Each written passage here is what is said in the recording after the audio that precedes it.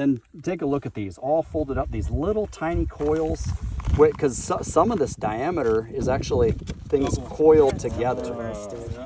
So we're looking at the entire quantity of was this animal just picking at a little, like this animal just garfled down some small mammals and shat it out, and which is just kind of impressive in itself.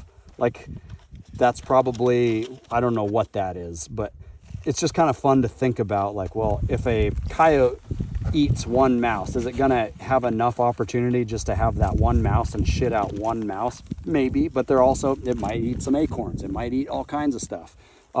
So quantity here is perfect, size is perfect. Whereas, it just gets dwarfed by what's not even a impressive coyote scat. Can I ask you just what I just think I heard you say was, when you're looking at the thickness, you're cueing in on the diameter of the rope, not the diameter of the entire log? Potentially. I just wanted to bring that to our attention, that if we started... That's really cool, because that's something where I was like, that's thick. What came out of the anus? If we start really cool. folding this out, this is just tiny. This is gray fox size. Yeah, no, I see that. That's cool. I personally am not comfortable accepting both for this. Yeah. I don't think it's fair for any of us at the high end of wildlife trackers on the planet to look at that and say, I think that could be a coyote. I'm like, could it be? Absolutely. This is a very complex world. But putting all of our knowing, all of our thousands of coyote scats that we have seen in this group and being like, yeah, no, I think that could be a coyote, doesn't add up.